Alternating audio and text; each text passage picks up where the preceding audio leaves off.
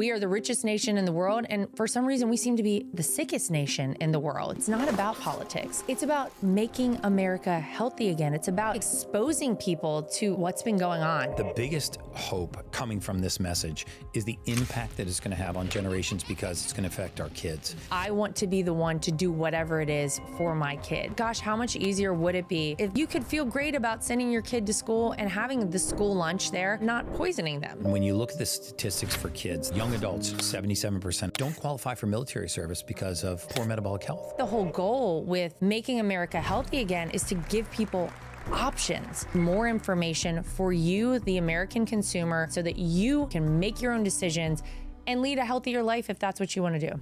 Do you think that there's ever a day where you see public health care potentially covering lifestyle changes, exercise, meditation? I really hope so, because being sick is a symptom of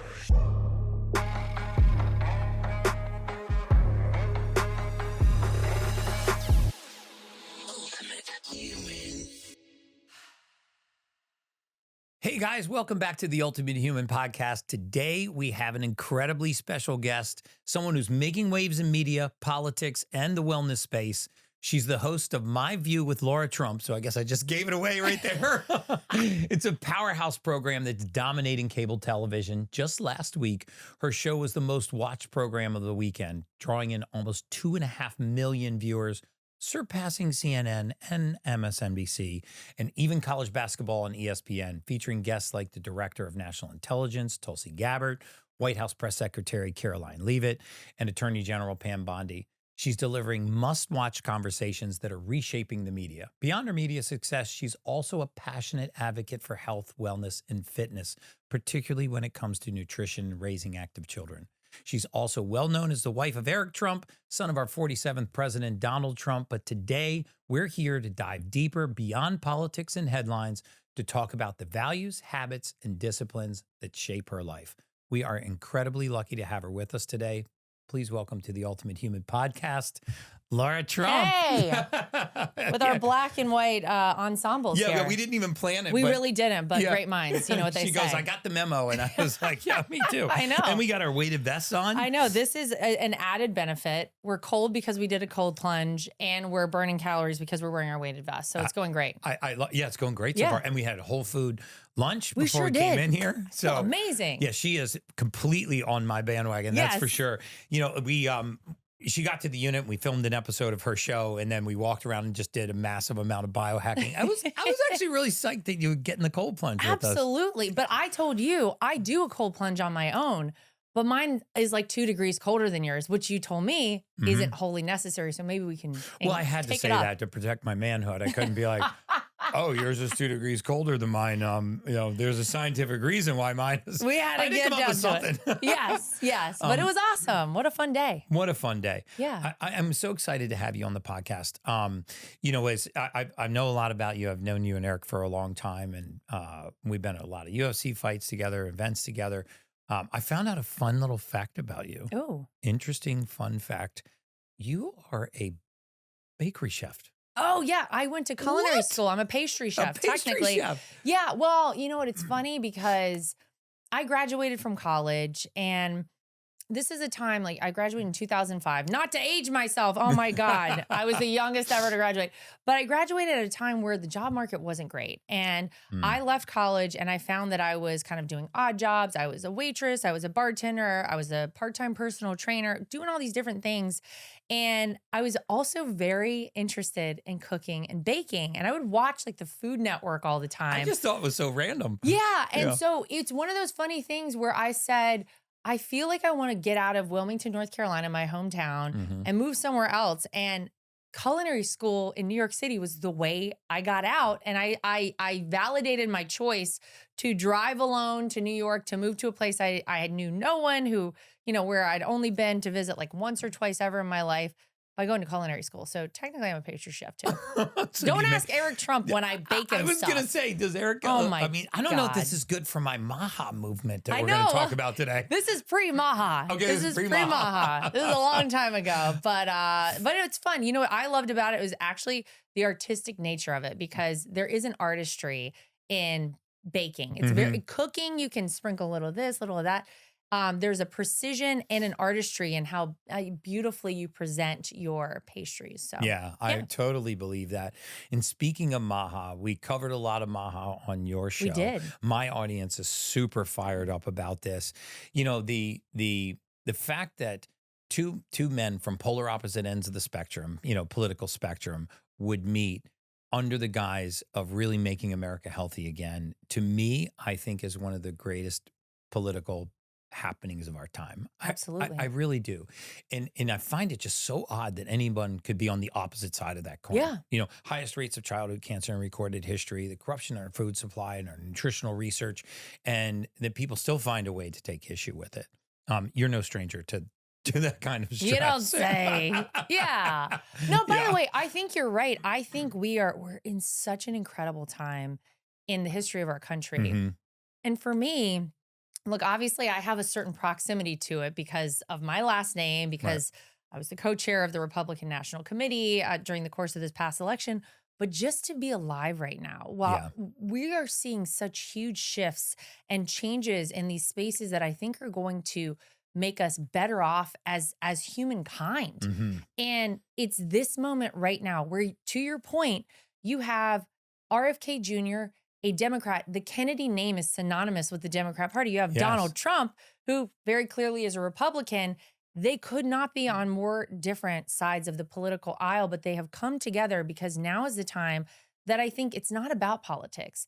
It's about making America healthy again. It's about really exposing people to what's been going on. And you're seeing that happen in DOGE, the Department of Government Efficiency, or within our government. All of our taxpayer dollars, really, we don't really know where it goes. We're finding out now it's gone to a lot of bad causes and a lot of bad places and things that have nothing to do with America. Likewise, I think this ability we're going to have to tap into what really will make us healthy. Why is it that here in the United States of America, we pride ourselves as being the best in the world at everything, Gary? Yeah. Why are we seeming to regress in a space? Why is it that we are the richest nation in the world? And for some reason, we seem to be the sickest nation in the world. We are. Parents are like, well, I don't know. What am I feeding my kid every single day? Can I feel comfortable that I'm giving them food that will make them healthy and not sick? And I don't think people feel that way right now. I think they're very concerned about it all. So absolutely incredible. I think it's an awesome time to be alive I do too. And to reap the benefits of everything going on. I totally agree. And as someone who gets to peek behind the curtain, not just see the show, do you really feel that the administration has embraced this and they're really behind the MAHA movement? Do you think that Bobby Kennedy is going to get the support and the resources that he needs from the administration? And do you see this actually going the distance and having real material change in public policy and really addressing some of the rampant corruption and food supply, nutritional research? You know, we've got a food pyramid that says Lucky Charms is more nutritious than grass-fed steak. Crazy. We've got 67% of our kids' diets, our prepubescent teens' diets is highly processed foods. Actually, my wife, right when we were getting on your show today, she stuck this breaking news announcement in front of me and it said, what was it, Arizona? Arizona passed a state law removing processed foods from the public school system. Wow, that's amazing. When I also saw that some fast food outlet also replaced their oil with beef tallow. That's amazing. Yeah, like the movement is happening. The shift is happening. People are making these changes. And your question, do I think that they're really bought into this? 100%. The time we're in right now with Donald Trump as the 47th president, I think is so fascinating.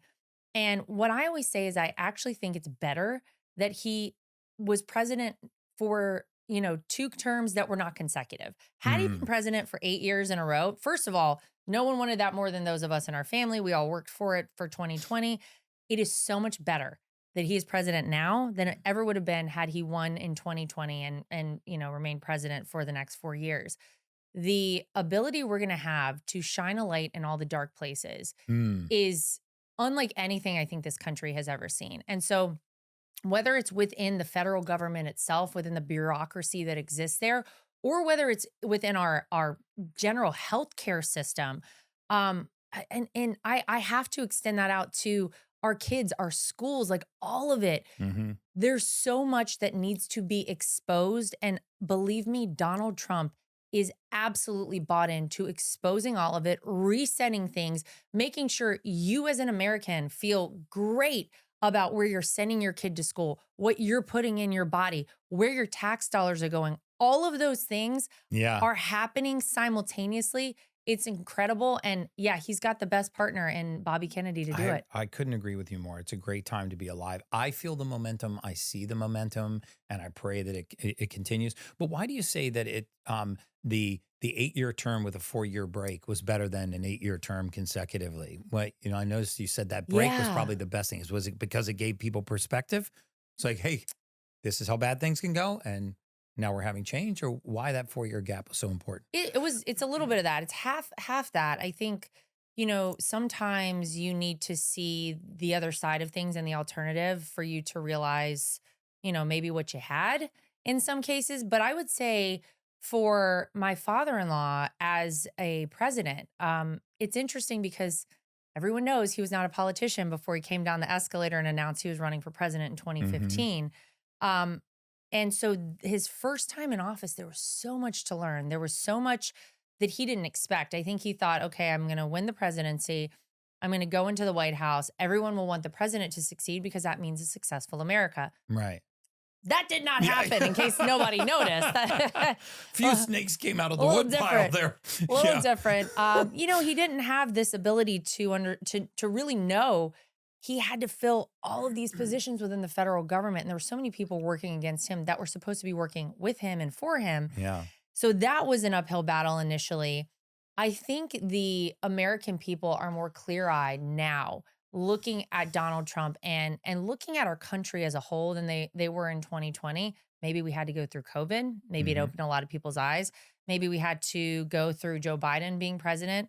Wars starting, inflation rising, open borders, all of these different things have made life tougher, sadly, for a lot of people in this country. And so that coupled with the fact that he's a different president now. And I always say, it's funny because I think the first term, people were like, here's the mold of president and you got to fit directly into this mold. Yeah. And now he's like, no, I don't need to fit into this mold. I'm going to fit everything around how I operate. And instead of operating the way people said he should, he's operating how he knows, which is as a CEO. Right. He's really like the CEO of America now, and he's operating it like a business. And so it's just, I think everything seems to be clicking right now. The team he has around him, Bobby Kennedy, Tulsi Gabbard. Oh, they're amazing. These people who never 4 years ago would have been part of the team are on the team now. And it's to our benefit. And I think it's amazing. I think it's amazing too. And, I think the biggest hope coming from this message is the impact that it's going to have on generations, because it's going to affect our kids. And when you look at the statistics for kids that, young adults, 77% of our young military-aged men and women don't qualify for military service because of poor metabolic health. When you see the percentage of our nutritional research that's funded by private industry, when you see the conflicts of industry and our regulatory agencies going to work in private industry, and when you take this view, when you take a step back and you go from 30,000 feet, we are privatizing the profits and we're socializing the expense, meaning the expense is dropping onto the taxpayer and the profit is going to private industry. And I am a capitalist. Trust me. I mean, I have a podcast, I sell things, earn money. I believe in our capitalistic system. But when capitalism is in charge of public policy, I think that's where things begin to go a little wrong. So for the moms and the dads out there, especially those that have younger children that are, going into the public school system now, talk a little bit about how you're raising younger, healthier kids. I've heard you talk about social media, how you're filtering social media for them, or at least their contact with social media. I would love for you to talk about, in your busy lifestyle, how you're raising healthy young kids and inspiring them to do the right things when there's so much negative messaging around them. Yeah. Well, I mean, I maybe I'm a little bit lucky because mine are very young. They're 5 and 7. But that's old enough that they're aware of the things that are out there. I mean, my son, my 7-year-old, asks me when he's going to get a phone every day, and I'm like, not for a long time, dude. Double your age at least. And then, yeah, poor guy. Bless his heart, as we say in North Carolina. Especially when the friends start getting them, right? Well, that's the thing is a lot of my friends have older kids, and so some of them actually have phones already. He's like, well, so and so's got a phone. I'm like, well, it's not you. Well, it's not you. Yeah, sucks to be you. It's hard. It's so hard. There's so much, and it's so different than how I grew up, you know, and how so many of us grew up, because we didn't have all of this stuff. For me, I also think I'm lucky because I live in Florida, where I can use the old adage of, I don't care what you do, just get outside. You can do something outside, because that's what we like to do with my kids. They're very active. They're obviously, when they're in school during the day, 5 days a week. When they're done with school, I get them in all kinds of activities. Both of my kids do jiu-jitsu. Oh, amazing. Which for people who don't know, Brazilian jiu-jitsu for kids is incredible. And how old are your kids? Just 5 and 7. 5 and 7. Yeah. Boy is older, girl is younger. Yeah, my 5-year-old's a girl, my 7-year-old's a boy. And they've both been doing jiu-jitsu for maybe 3 years now. Wow, what an awesome sport. But it's actually great, because not only does it teach you kind of body control and obviously self-defense, but there's a respect aspect of it. You have to be respectful and cognizant of your, the instructor and your coach and the people with whom you're fighting, because it's all part of it. They're, basketball, football, soccer, gymnastics. We do all those things. And in my mind, I think back to when I was a kid, and I was very involved in sports and activities. And I actually think it kept me out of a lot of trouble. And same with my brother, I would say. Screen time, they get, if they have a great day at school, 15 minutes a day on screen. That's it. And if things are not perfect, then no screen. And parents are always like, well, my kid throws a fit. I'm like, okay, well, take it away for a week. And the next time they start to throw a fit, you can remind them that you took it away for the week. It's a bit of tough love. Yeah, for sure. But I think we're all trying to do our best with the kids these days. And I think we're all learning as we go, because it's all so new. Yeah. This is I feel like we're existing in a new space, and there isn't much to guide us. We're having to figure it out. But I know what worked for me. I know that, sports, being outside, being away from, I remember my dad coming home when I was a kid and giving me the old, I don't care what you do, just get outside. Dude, my parents were the same way. Yeah. I was almost sort of not allowed in the house during the day. My parents would be like, what are you doing? Yeah. And there wasn't a lot. Get out of here. Yeah, we didn't have screen time then. I think my generation is the last generation that's actually grown up without a cell phone, without connectivity, without iPads. And so we didn't know any different. And so the rule of thumb at my house was you had to be home by sundown. And my dad, Captain John Brecka, he had this booming voice, and he would go, Gary. And I could be 3 acres away on a different farm. I grew up in a very rural area of America. And I would start pedaling my bike home. But as the sun was coming down, that's when I had to come inside. Now there's like parents that are, Department of Families and Children is investigating them because they let them ride their bike, 3 blocks to the store. Oh my God, it's insane. You read these stories and you're like, man, has society gone this rogue that we can't even let our kids play outside anymore? This is the basics. I always want them doing active things outside, away from screens. And I talk to so many of my friends, and I'm like, what is your kid into? Thinking they're going to give me like a basketball answer. Yeah. And they're like, what's I don't even know the game. It's one of these online games where you like hook up with other people in different places. And it's kind of nuts. Minecraft. Yeah. Well, I don't even know one of these things. What's the other big one, babe?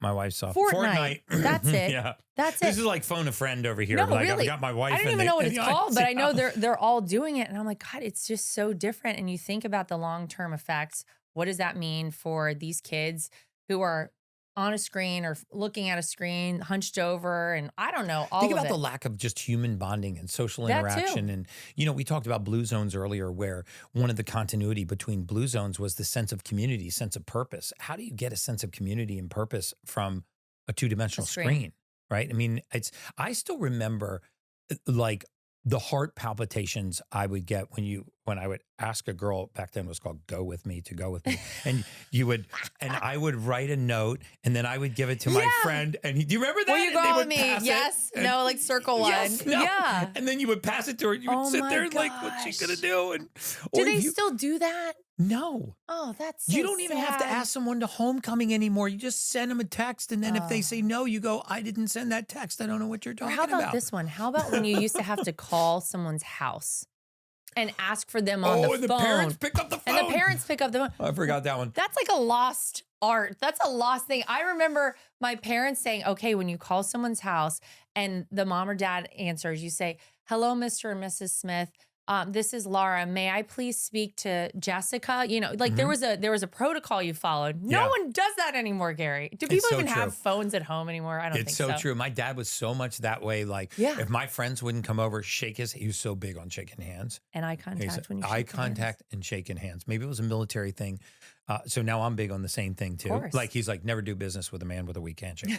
I mean, that's what I feel like my fatfather-in-law probably subscribes to the same thing. Oh no, I've seen your father-in-law picks people up off the stage. Like goes in hard on He comes in hard. Yeah. It's almost like that's where the deal making starts. I think with him, he's like, yeah, I got you. You know. But he was so big on just, the basics. And I feel like a lot of that is just lost. And, what's really interesting is in this crazy biohacking world that I'm involved in, the anti-aging and longevity research, biooptimization, whatever you want to call it. It's so fascinating that a lot of the biggest impacts on our longevity and our mortality and our biooptimization are just those basics. Yeah. Right? Like sunlight, grounding. Like today we ate before we came in here, and you're like, this food is awesome. The food was delicious. Yeah, it was just whole eggs. It was like imagine that. Yeah, chicken sausage. You didn't use powdered eggs for this one? No, I didn't use. Is that so sad? I knew you were coming. I was going to feed Lara Trump powdered eggs at my biohacking palace. One of my favorite biohacks outside of breath work by far is mineral salts, MAHA Gold Sea Salt. It's got all of the trace minerals that the body needs. Most of us are not just protein deficient, meaning amino acid deficient, or fatty acid deficient. We are mineral deficient. So a quarter teaspoon of this in water first thing in the morning will make sure that you get all of the essential minerals that you need. It tastes amazing. In fact, I made a steak today. I actually made a grass-fed steak with grass-fed butter, and I put just mushrooms and a little bit of rosemary, and I sprinkled MAHA Gold Sea Salt all over the top. Try it. It'll be your new favorite for cooking too. It's the cheapest and one of my favorite biohacks. I don't know, a $15 or $20 bag of this will probably last you 5 years. It's literally the world's best biohacking secret. Now let's get back to the Ultimate Human podcast. Another thing that is, I've got a growing female audience, and a lot of these young women are starting on their business journey. And very often they're starting their business journey with their spouse. And my wife and I, Sage, beautiful wife back there, we started a business together 10 years ago.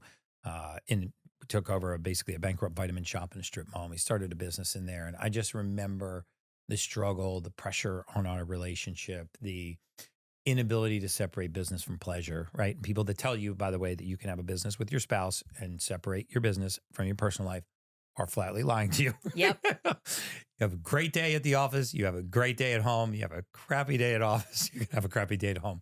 Yep. But maybe not from a business perspective, but what you and Eric have gone through, I might even say suffered through as a couple, as parents, as public figures in the media.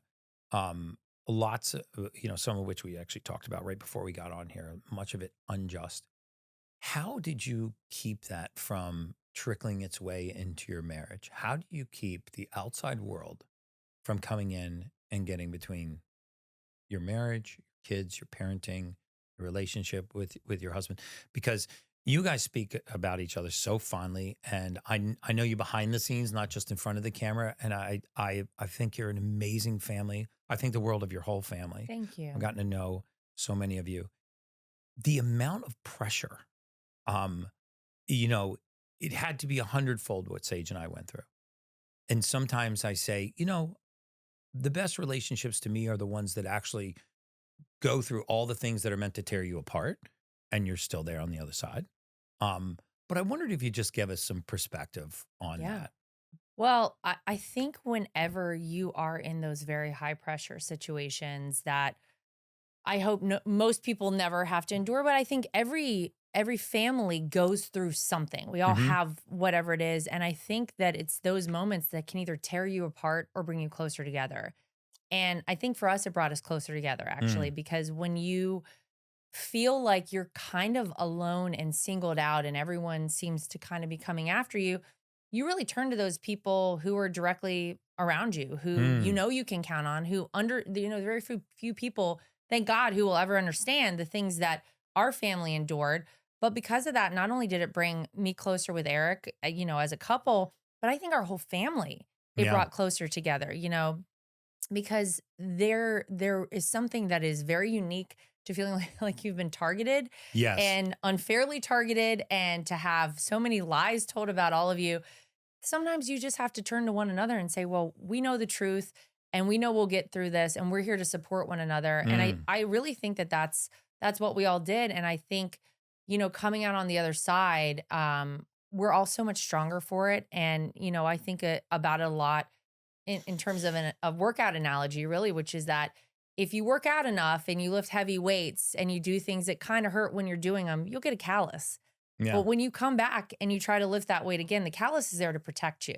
And it actually allows you to do more than you could previously do. And so in some ways, maybe all of this has been a blessing in disguise, because I look at my father-in-law and I look at specifically the person he's turned into as our 47th president.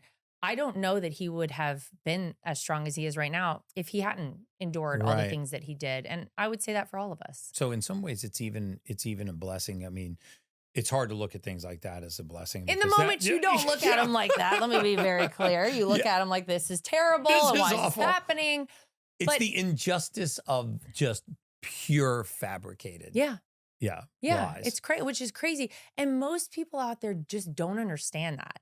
Just because you read something out there about someone on these obscure websites or news outlets, and I have to put that in air quotes because outlets. Doesn't mean that it's actually true about them. But, I think for all of us, we very quickly realize that the people whose opinions matter are the people who actually know us. And it's very easy to get, behind a screen and feel safe and type something nasty about somebody. But I do think it's made all of us that much stronger. Yeah, I mean, I think so too. And, particularly for women, we know that if you look at statistics, about 82% of all autoimmune disease happens in women, happens in females. And you have to ask yourself, well, autoimmune diseases are not, gender specific, they're not, feminists, they're not racist. Why are so many of these conditions happening in women versus men? And what the data shows is that women have a more difficult time engaging in self-care. They're generally more selfless. They're meant to, bear children, so they become more selfless. They spend a lot of their lives putting the needs of other people first. And very often they'll look at self-care as being selfish. So talk a little bit about how you've been able to maintain fitness and health. Clearly it's a priority. I mean, this woman is jacked. I mean, she is. We were doing the cold plunge and I'm like, I'm a little embarrassed here. Like, she's jacked and tan and I'm like pale and not as jacked. My God. But it's got to be a big part of your life. Yeah. And before you answer, I just ran this challenge. I had this morning routine challenge and I brought some really impactful people on. What was fascinating to me about all of them, Mark Wahlberg, Lauren Redinger, Alexia Clark, all these folks that came onto my challenge, was they all prioritized their health and fitness. And they found a way to fit it in. Yeah. The majority of people are saying, I just don't have time for that. Well, you probably won't like my initial answer, which is I probably don't sleep as much as I should. Okay. But I do. Actually, let me ask you this. I'll ask you a question and then I want to answer your other one. Ask me one. Does everyone need the same amount of sleep? No. See? I do not think that everyone needs the same amount of sleep. There's quality of sleep and there's length of sleep, right? I mean, REM sleep and deep sleep cycles are really, really important. But the specific time in bed, I mean, my wife will tell you, I was up at 4:30 this morning like a spring chicken. I know you were because I got a video of you working out. I sent her a video of me working out in the hyperbaric chamber. And then she texts me back as me and her and Eric are on a text thread. And she was like, Well, I'm just working out in a regular gym. Said I'm in a normal gym. I go, what? Normal gym equals normal human. Normal human.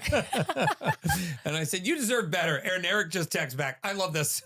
So good. So, okay. So I don't feel so bad. So, but I probably don't sleep enough. But look, like I think a lot of moms out there is so much that falls on us and we always feel responsible. I always feel like I want to be the one to do whatever it is for my kids. And I'm lucky that I can have people help me because I can't be in 3 or 4 places at one time. I have to outsource sometimes, but every opportunity I get, I'm there for my kids. I am typically the last one to go to sleep in my house. Really? And the first one to wake up in my house. One of those people that bullies sleep. Yeah, I know I'm the worst, but I would say that I always go back to the analogy of sort of what we hear on the airplane, which is that whenever there's an emergency situation, you want to put your mask on first before you assist others. If you can't take care of yourself and actually do right by you, you're going to be no good to anyone else. Yeah. And anyone who's spent enough time around me will tell you, if I don't get a workout in on day 2 or 3, I'm going to probably be miserable to be around. Ask Eric Trump Eric's how like, that goes. Babe, go to the gym. Please, somebody find her somewhere she can go for a run or something. But I think that once it works into your routine, and they say it takes 2 weeks to make a habit. Once it works into your routine, you get used to it and you need it. And for me, I need that. And sometimes that's the only time of the day I get left alone. Yeah. It's the only time I'm not going to answer an email. I'm not, whatever it is, I am focused on me. And even if it's a short amount of time, 30 minutes, I take that 30 minutes for me because it's important. I'm taken care of so that I can take care of everybody else. And you fit this in the morning usually? It's got to be in the morning. Yeah. Oh my God. If I waited tonight to do any, absolutely not. No. It'd be like sleeping. It would just get bullied right out of your schedule. Yeah, so first thing. You know, it's interesting. I've always been told that I needed to learn to meditate. I do breath work, grounding. I do try to spend some time in stillness and silence, but I can't meditate. And I've even tried these people that take you on guided meditation. Oh, wow. And, my wife and I, we went on this Ayurvedic retreat. Do you remember that, babe? And it was like 9 days in the Boone, Carolina mountains. And that's a long time. Way too long, first of all. Oh my God. 9 days of anything. By day 4, I was like, I thought I was going to get hives because one of my sentences, I call it, and when they called it a treatment, but I felt like it was a sentence. Because I had attention deficit disorder, the yogi or whatever said, you need to drink a 1/4 cup of ghee butter and oh my God. And sit in front of this big bay window for 3 hours every day. I go, I'm paying for this? Like, what did we pay to be here at this Boone? When she goes, a lot. We paid a lot of money to go to this thing. And so like day 1, I was so fidgety. I was like, I'm literally going to ask for my money back. All right. I mean, I paid to fly here. My husband would not survive this, by the way. And look out a window. But what was amazing was I sat there for 3 hours, and towards the end of the 3rd hour, I started to like notice things out the window, like this little squirrel in the branches and this little bird coming in, and there's some insects running up the tree. And then it finally ended. And I was like, thank God that's over. And then the next day he was like, you have to do the same thing. Oh my God. And I was like, are you kidding me?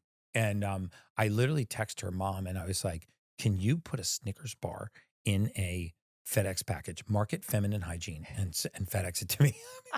This is a true story, isn't it? So second day I'm sitting there and I'm looking out the window and I noticed the same squirrel and I noticed the same bird. And then I noticed the insects coming up the tree. And I actually noticed that the bird and the squirrel kind of interacting. And then I watched him go through his little daily routine. I'm watching the bird build this nest. And I kind of actually got into it a little bit, this little scene that was unfolding. And when they came to get me, I thought it had been like 30 or 40 minutes and the whole 3 hours had gone by. And the 3rd day, I couldn't wait to get back there because I wanted to see what was going on. And it was just really interesting to me, that perspective of, slowing down and just being present and, increasing your awareness. And I've never been able to do it through meditation, but through exercise, this is like an eerily good way to meditate. Yeah. because you exercise intensely. Yeah. You're wearing a weighted vest right now. Wearing my weighted vest. This is not a fashion statement, by the way. This is fashionable, but it's very fashionable. But so talk a little bit about your morning routine, because clearly you're a cold plunger. And lots of women are afraid to start doing this. So what was your foray into cold plunging? What's your non-negotiables in the morning? How does your morning go from when you get up until you're done your self-care? Well, first I'll tell you my cold plunge journey is an interesting one because I'll give my husband full credit for introducing me to it. And I was like, I think a lot of women terrified of cold plunging. I was like, that sounds awful. Yeah. Who on earth would shove their bodies in purposely water? In yeah, cold that's water. Freezing cold. Because I'm a person who operates generally a little chilled. Like I like to crank the heat up a little bit. I run cold, except at night, and I'm always hot at night. Yeah. And I like that I'm doing the right things by bringing the temperature down in the room. Yes. But that said, my husband first started cold plunging. I don't remember who introduced him to it. And I was like, all right, how hard could this be? I'm just going to psych myself up and I'm going to go do it.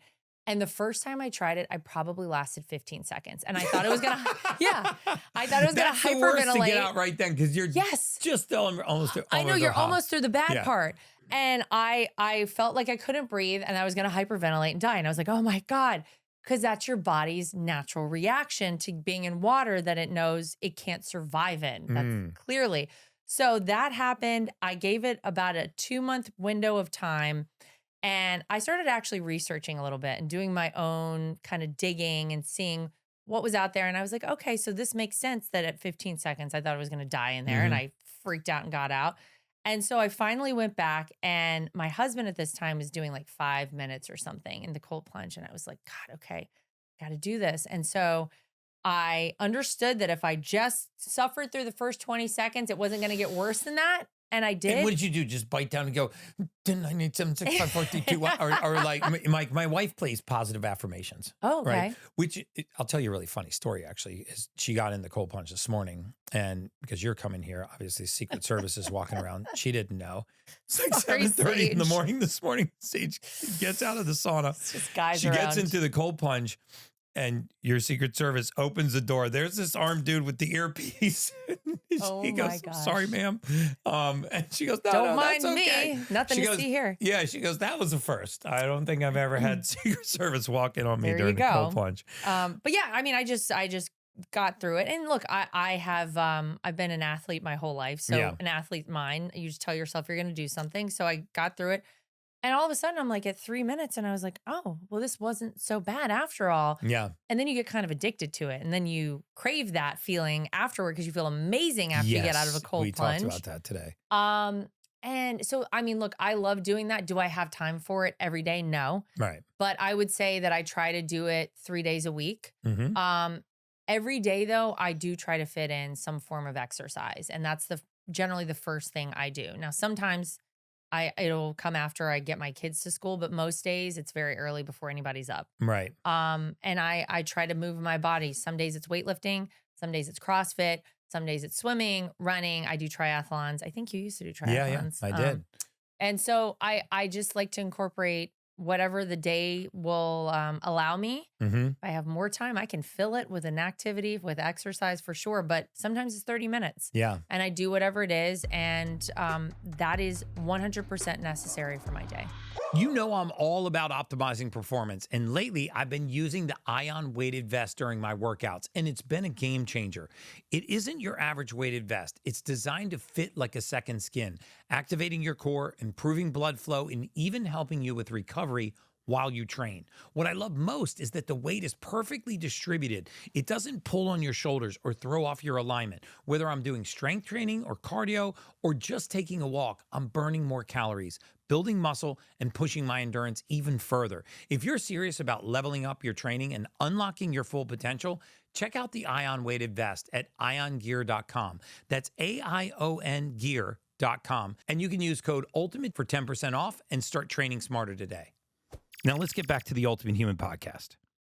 I also want to talk about big new thing in your life right now. I feel like you're really reaching maybe the pinnacle of your professional career so far, right? So far. With the launch of your new show. Yeah, thank you. Wildly successful launch. Congratulations. Thank you very much. How did this come about? I mean, was this always something that you wanted to do? Were you always, as an athlete, were you always interested in media? Do you like being in front of the camera? Did you? I mean, you were chairman of the RNC. I mean, you've had a lot of public persona, you know, in your career. But talk a little bit about the show. Like, how did it come about? Did Fox hit you up and like, hey, do you want your own show? Or hey, I mean, to a certain extent. So I worked for Fox. Gosh, how many years ago was it now? I worked for Fox from 2021, like January of 21 until November of 2022, when my father-in-law announced he was running for president again. Right. And I really enjoyed working there. And I was a contributor, which means I went on all the different shows. I didn't have my own show, but I was, commentated and this, that, and the other. And I really enjoyed it. And everybody treated me very nicely there. And then we had the election. We won the election. I had to decide exactly what my life was going to be on the other side of that election. I knew I didn't want to remain as RNC co-chair. In fact, that was a job that initially I said no to. Really? Oh, yeah. I mean, who wants to be responsible for all of it during the most critical, heavy election of our lifetime? Yes. My father-in-law called and asked me to do this job like last January. He asked if I would run for RNC co-chair, and I immediately was like, no. You did? You don't? I was like, no, Not a lot of I people can't. say no to DJT. Well, listen, he called and asked me to do it. And I was like, you really think I'm the right person for this job? I've got these kids. I have all these other professional things I'm working on. I had a clothing line. A fitness clothing line I was working on, a documentary I'm working on, all these different things happening. And I was like, I don't think this is right for me. And he goes, okay, no pressure. It's got to be you. And I was like, your impression is really good. Okay, no pressure. It's gotta be you. But honey, you think about it, you let me know. And I was like, oh my gosh. But it was really at night, tucking my kids in bed that night. I looked at my kids and I was like, I never want to look back and say, what if? What if I would have said yes to this? What if I was, the person in this role and it could have made a difference? And so obviously we all know what happened. I ended up as RNC co-chair. And, but I told my father-in-law, I said, I'm not going to stay there after the election. I will get us through this election. Yeah. I will work as hard as I can to ensure integrity in our electoral process, fair election, all the things necessary. And then I'm going to resign as co-chair, which I did. And so then that laid out my next chapter. What am I going to do? There was an open Senate seat here in the state of Florida. Ooh. And I actually remember this on Hannity, talking about this. And so Marco Rubio had been tapped to be Secretary of State. He's been a senator here in Florida for a long time, and his seat would be vacant. That seat is appointed, the person who fills it by the governor, Ron DeSantis. And I really seriously thought about that. And a lot of people were pushing me to do that. And then I did get a call from Fox one day, and it just had a nice chat. And in that midst of that chat, it was like, well, listen, if this is something you're interested in, we'd love to have you back. And I don't know, maybe, we just talked and threw around ideas, and it ended up that this is the path I chose. I'm very blessed. 9 p.m. every Saturday night. I have my own show, which is Gary, tell us it's about crazy. The show. It's crazy to me. It is so crazy. Do you ever look back? Like sometimes, I kid you not, like I look around and I'm like, I feel like I'm living somebody else's life. How did I get here? Like somebody could literally show up at my condo one day and be like, bro, this was all a ruse. Out you go. And I'd be like, I knew it. Yeah. Let me grab my shit. I say this all the time. I'm like, what is going on here? I'll tell you, like the wildest one for me, the first show we had, which thank you for pointing out, it was hugely successful. Almost 2.5 million people tuned into it. But I was getting ready to go over and do these interviews with the press secretary, the director of national intelligence, and the attorney general of the United States. And I am standing in the White House looking in a mirror. And I was like, oh my God, I had this moment where I was like, how did this happen? Because I grew up like probably so many people in this country. And I could have never in my wildest dreams guessed that I would do all of this. But the show itself is different. It's different than anything else people will find on Fox News. The news cycle's nuts. It is crazy every day, 24/7. It's just constant. And so for me, I was like, I want to approach things a little differently. And I want people to see the folks whose names are splashed across their television and headlines every day, but really get to know who they are to a certain extent. And so you go a little bit deeper, and I want to do episodes on MAHA, Making America Healthy what Again, a blessing. which is what I'm we're be doing. Your second episode. Yes, you're on my second episode. Like for me, that's one of those moments for you, like looking in the mirror. I'm like, am I going to be Lara Trump's second episode? Or well, because a lot of pressure. These are the things that are shaping our country and our world right now. These are the people and the movements that are changing the country, and I think it's very exciting. So I'm trying to get deeper into that and really expose people to my view of those things. And are you allowed to have some editorial control? I mean, or are Absolutely. they? Okay, so they're not just like, no, this is a hot topic, this is trending right now, you can't talk about this, you can talk about that. I mean, what's actually a little bit, because I always wonder if that's going on behind the scenes. Okay, can I tell you? And this was actually nuts to me and a little bit scary for me. Whenever I first sat down after this was officially going to happen, I was going to have this show. They said, "All right, what do you want your show to be about?" And I was like, "Oh, so no one tells me. I just decide this on my own." Okay. And they said, "You know what? Whatever you want to do, we want you to do. The show has to be yours. That's why people are going to tune in. That's why people are going to want to watch. It's got to be yours. So you make it what you want," which is a little bit scary for me because now you're this is all on me, Gary. Yeah. You're like, I just got my own show. It's like the same thing with my podcast. I determine who comes on, who doesn't come on. And you have to add value to the audience. Of course. Right. And because you're really in service to them, right? You don't own the podcast owns you. Yeah. And it's a commitment, every single week, you have a date and time for the show, and you have to be prepared, and you have to deliver a product. Right. And you have to do it over and over and over again. And in a way, it's really inspiring and exciting. And in a way, it's terrifying. Freaking terrifying.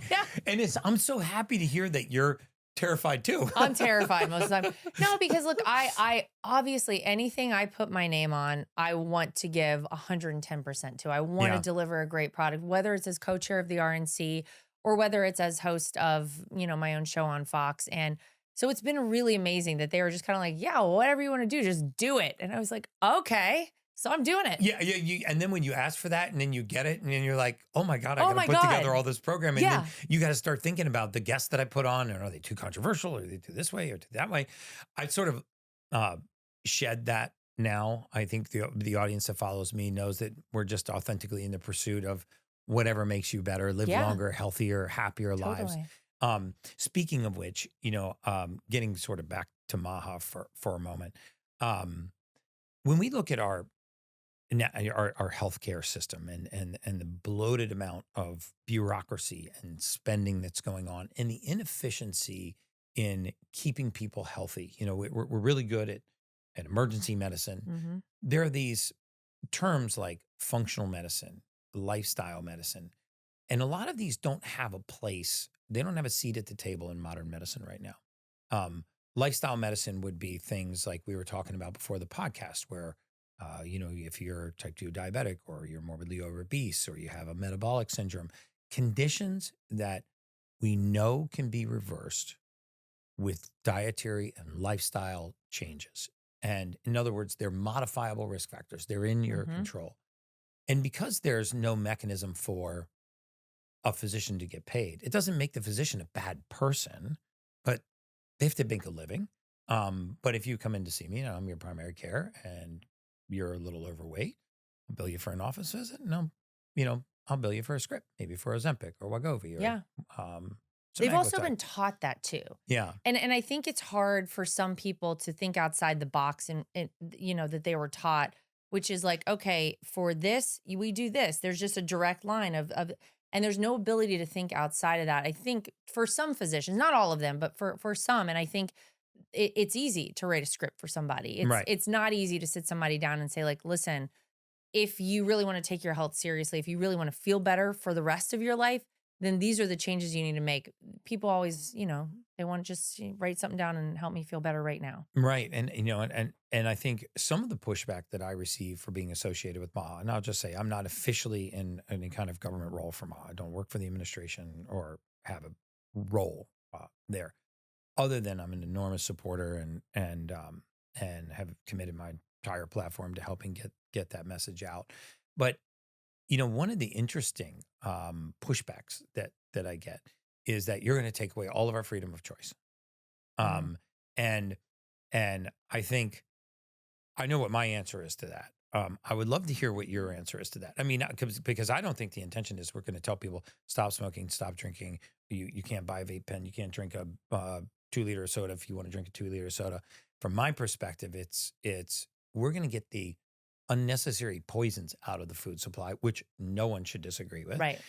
If you're eating something and it's colored red and you can't taste the difference, and one is poisonous and one is not, why are you fighting us getting, the poisonous form of that dye out of the food system? I'm not telling you can't eat cereal. I'm telling you probably shouldn't eat cereal if you want to be healthy. But so how do you fight that narrative? You fought a bunch of false narratives in your life. Yeah. I feel like you have a PhD. We probably shouldn't narrative at this point. It's interesting because we live in this information age. We have access via our phones, via computers, whatever it is, to anything we want to get at a moment's notice. But it doesn't feel like we have all of the information when it comes to our health. It actually feels like a lot of times people have put blinders on us and said, like, this is the only way you can look at it. You can't look over in this area and you can't look over there. It's just got to be this one area. And I think the whole goal with making America healthy again is to give people options. No one wants to take anything away from you. If you want to go out and you want to smoke 12 packs a day, you're an American and you have that option to do it. What I think we want to do is give you the information. Okay, if you decide to smoke 12 packs a day, here's exactly what's going to happen to your body. Now, when it comes to cigarettes, I think we already all know. Right. But what we're talking about right now is informing people in terms of what is in their food, what it is that they're consuming, what is it that on a daily basis is impacting their health that they may not be aware of. That's what I right think now. too.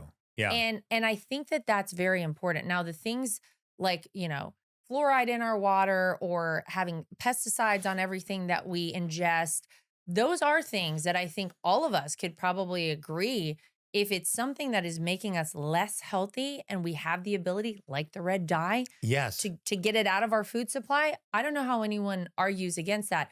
The goal with all of this is more information for you, the American consumer, the American citizen, so that you have actual informed consent. You can make your own decisions and lead a healthier life if that's what you want to do. When it comes to snacking, MAHA is flipping the script on what real food should look like. MAHA chips are crafted with grass-fed beef tallow, one of the healthiest fats on the planet. These chips are packed with essential vitamins like vitamin A, D, E, and vitamin K2, all of which play a role in keeping your skin vibrant, your immune system strong, and your bones solid. But here's the real magic about MAHA. MAHA's corn goes through an ancient process called nixtamalization, which makes it way easier to digest, and it amps up its nutrient profile. Plus, these chips are low in PUFAs, so you won't find any of the inflammatory seed oils that you find in most snacks, and instead, MAHA uses pure Redmond sea salt, giving you a natural hit of minerals that keep your cells hydrated and your energy steady. So don't just snack. Reach for MAHA. It's real food, real health, without any of the junk. Grab a bag, and I promise you'll feel the difference. Now let's get back to the Ultimate Human podcast. I'm actually opening some functional medicine clinics on the other side of the world, in Dubai and United Arab Emirates. I'll come back to the U.S. and do the same thing. But one of the interesting conversations that I have when I'm over there is they don't have a medical system. They have socialized healthcare, and so eventually all of these expenses roll up to concentrated families. Yeah. And they don't have a profit center based on disease. Here we make $110 billion a year on type 2 diabetes alone. Wow. So I think it's going to be hard to imagine a day where there's a meeting in a boardroom where they're going, hey, Stan, how do we get this, $110 billion off the balance sheet, right? Right. It's like, yes. And that's the main driver. But there's a thread moving through all of these conversations that I've been having. And it is that in a lot of ways, they feel somewhat duped by Western medicine. And because they're realizing now that the ballooning cost of caring for chronically ill people that get really, really sick and die fast, are not a drag on the system. It's those chronic conditions that just sort of linger. So you suffer for a lifetime period of time. Yeah. Right. I mean, you might die at 82, but you really started dying at 65. Right. And so their view is we're actually going to put in billions of dollars, tens of billions, if not hundreds of billions of dollars into this preventative system where we focus on wellness, we focus on healthy lifestyle habits, and we're going to actually subsidize some of these to push down this tail risk of expense that is coming.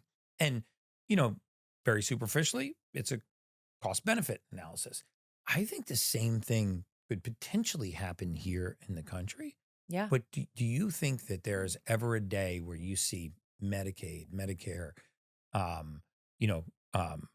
public health care potentially covering things like diet and lifestyle changes, exercise, meditation, peptides? I hope so. Yeah. I really hope so. I do because look, we have to shift the way we think in so many respects, which is that people wait until they get sick and then they want to treat the symptoms of being sick, right? And being sick is a symptom of something else that's going on in your body, right? If we can prevent the symptoms from ever occurring because we are leading healthier lifestyles, not only do we feel better all the time, but then the cost associated with treating those symptoms doesn't exist anymore. And so why wouldn't we want to front load things for ourselves and say, we're going to have all around a healthier society because we're going to inform people in terms of actually what makes them healthy, actually, altering their lifestyles so that they don't have to end up on these pharmaceuticals, so that they don't have to end up in a hospital or a long-term care facility one day. Gosh, what a great thing that would be for our country, Gary. Yeah. But what's amazing is that, there's this sort of underlying narrative developing that's bad, or there's some subversive agenda there, or there's some, profit center that we're all trying to get to because, we're advocating for a healthier food system.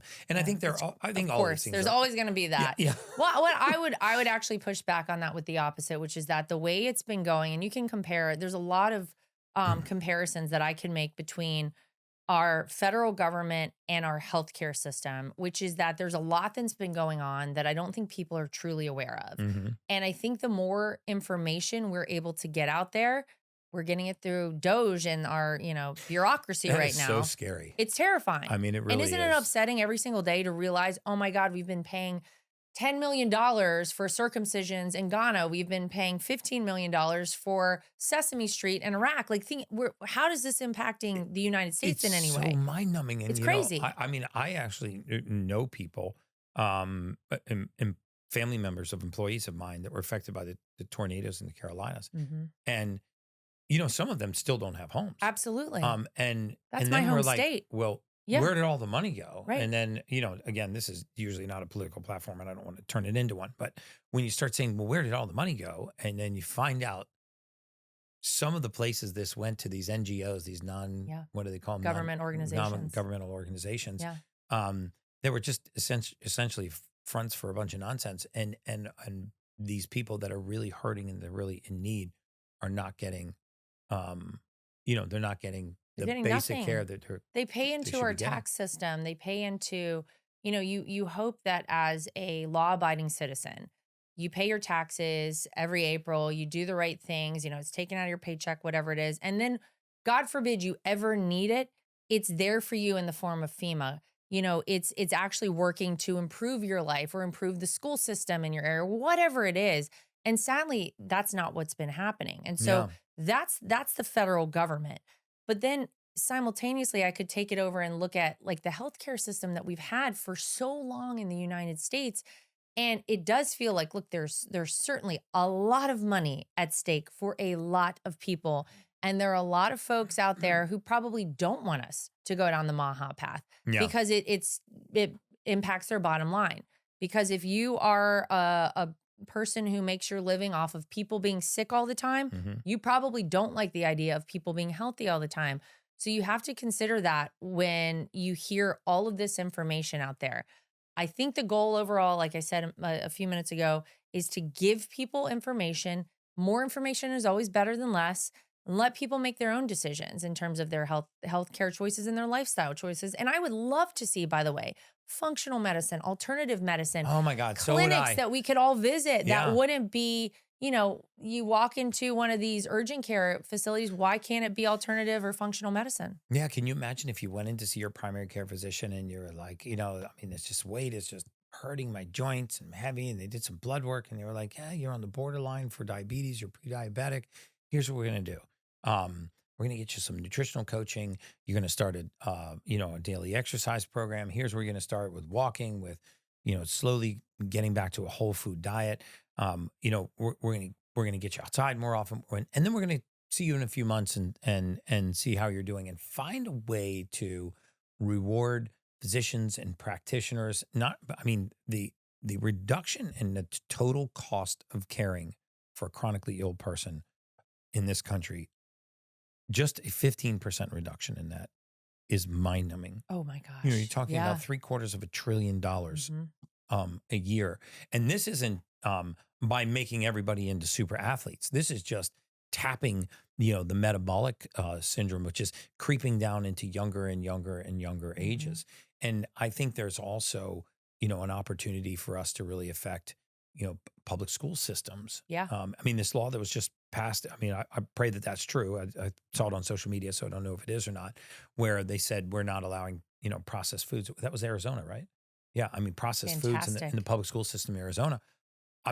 Things like that catching on like a brush fire, as a mother. Yeah. You've got to be really inspired like that, because for you, it's got to be tough too.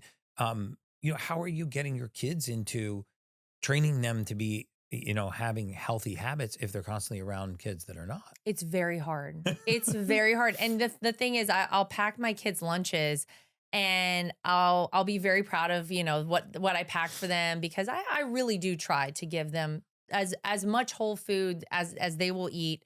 And it's not perfect with kids for sure. And then they'll come home and they'll say, so-and-so had this fruit roll-up thing. And I'm like, oh my God, can we get those? I'm like, no, we can't get those. And they always want to know about why, but so-and-so had it at school. Their parents love them. Yeah. I'm like, oh my. By the way, I do hear phone that. and fruit roll-up. Oh, their mom must care about them. I'm like, okay. That's the worst. It's hard. Yeah. It's hard. But yeah, look, it's challenging, but gosh, how much easier would it be for every parent out there if this was just kind of how it was, that, you could feel great about sending your kid to school and having the school lunch there, and it was going to be healthful for them and not poisoning them. Yeah. I'm so inspired by that. I'm so excited about our future. You're the same way.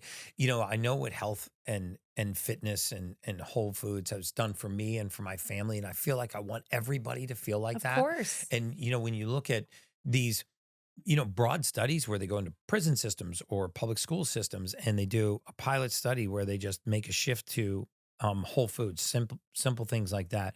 The rates of violence in inmates go down. The rates of what they were diagnosing as attention deficit disorders and learning disabilities actually go down. Dr. Hyman talks about this all the time.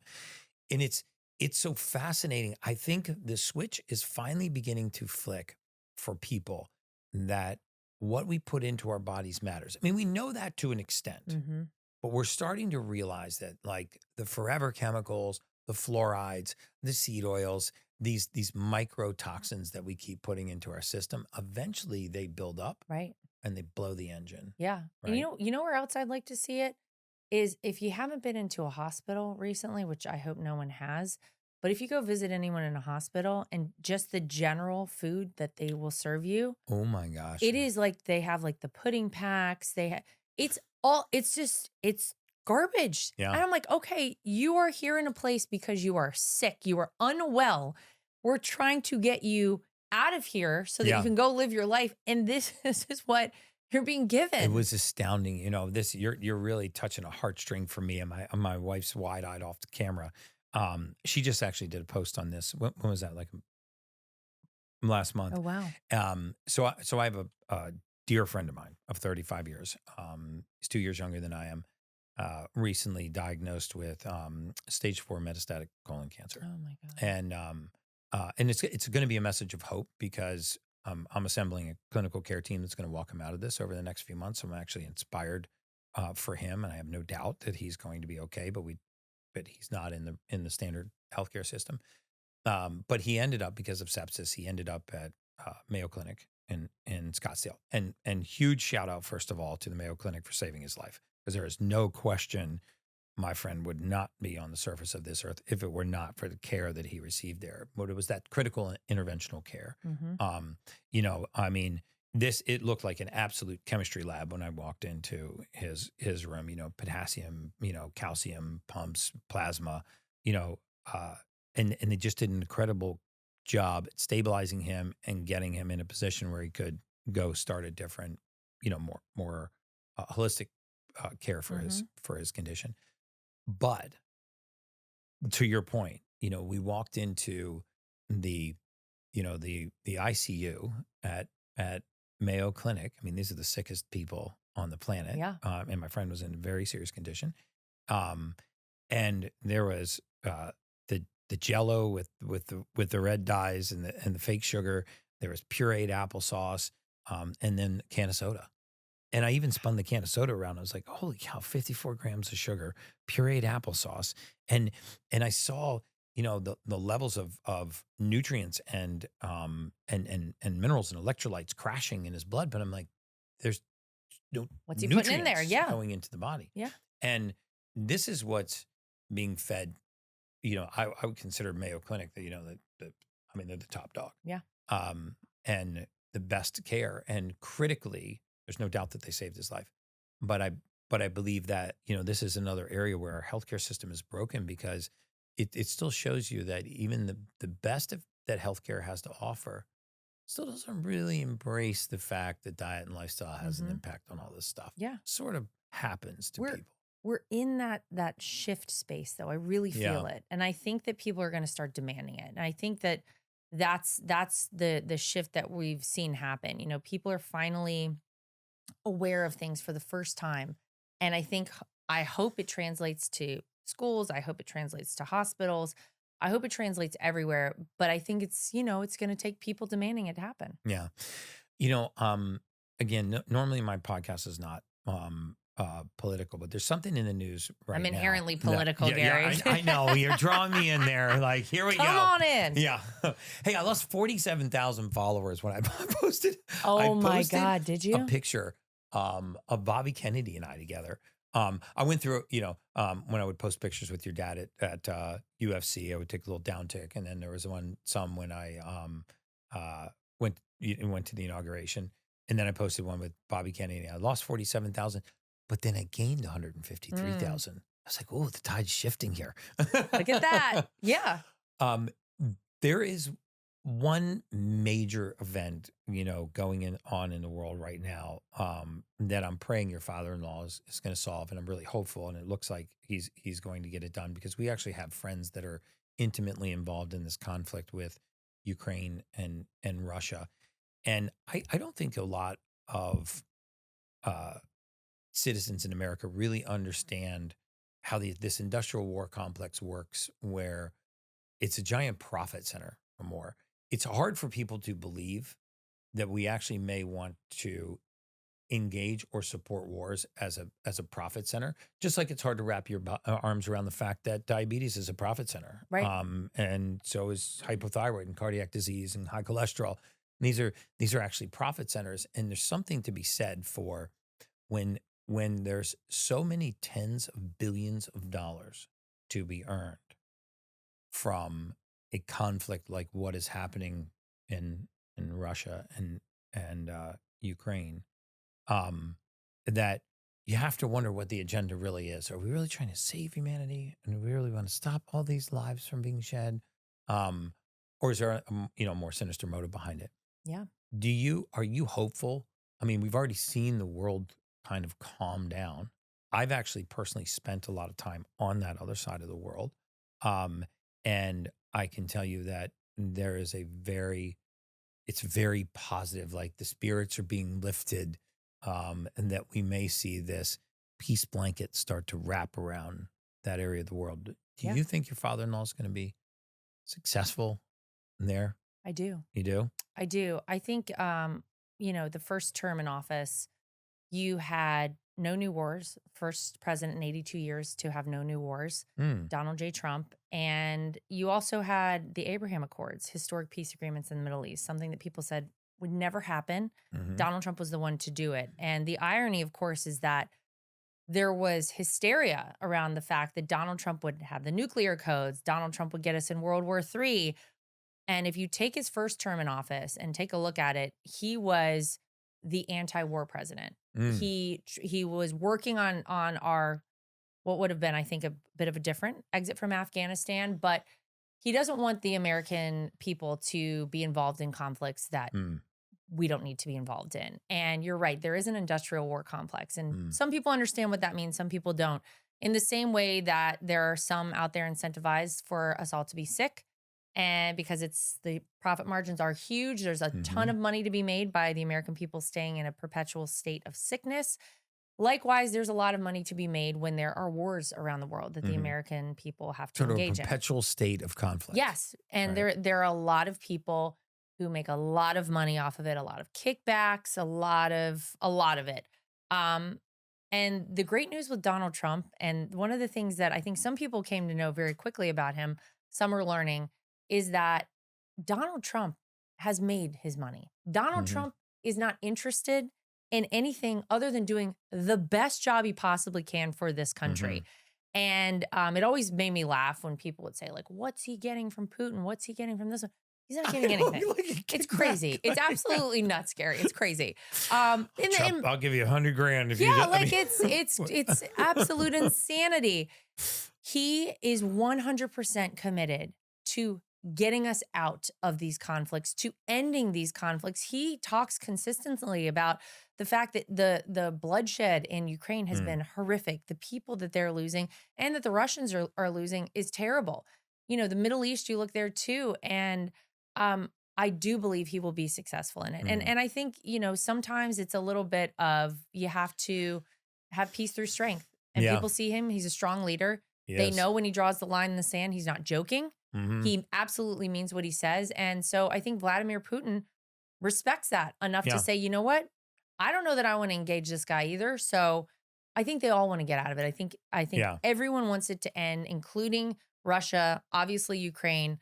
And I do think he'll be successful. That is so amazing. Laura, you're amazing.